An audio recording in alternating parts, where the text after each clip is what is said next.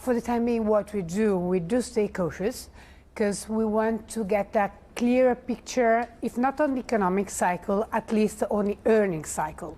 So really it is time to look at the real economy, and this is where we think we are struggling. And the reason is that we are into an earnings recession that we do expect to continue at least to the second quarter this year.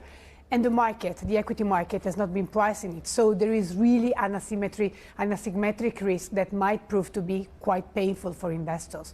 That's why stay cautious. Yeah, I mean, it's fine if we have lower earnings, if valuations are attractive, because you can still feel interested in owning equity. In the States, that could be a bit of a struggle. In Europe and the UK, maybe not so much. What do you think? Well, valuation-wise, I think really, given the risks that are pending into the economic and earnings cycle, it is more, rather than a top-down story, it's more stock selection.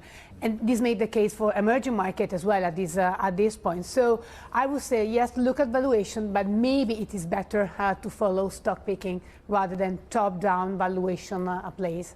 If you look at the major indices in Europe, we've been trading around the highest levels we've had in many years on major markets. But then if you dive down to the defensive sectors, telecoms, utilities, healthcare, food and beverage, we're not quite back at those top-end levels on the charts. Does that mean there's still an opportunity in some defensive names in Europe?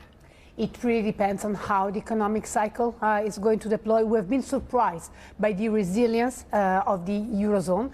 This was partly due to the aids that states have been giving to the private sector, backlog orders that have been quite ample, but this is going to fade. So I would say that probably the next weeks and months will prove particularly critical for the Eurozone. So just to be clear, if you are investing in Europe, would you be more interested in investing in the defences or the cyclical parts of the market here? We are staying actually into value play, dividend story, financials. These are the kind of sectors we do like and style.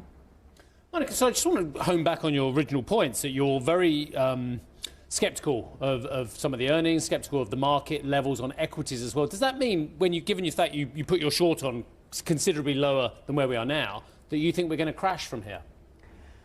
Well, we're expecting some legs down, definitely, and this is why we're underweighting on the equity side. Having said that, maybe staying on a relative positioning, which means, for example, you underweight equity, but you prefer emerging market to US or Europe. This might be one way to navigate these volatile markets.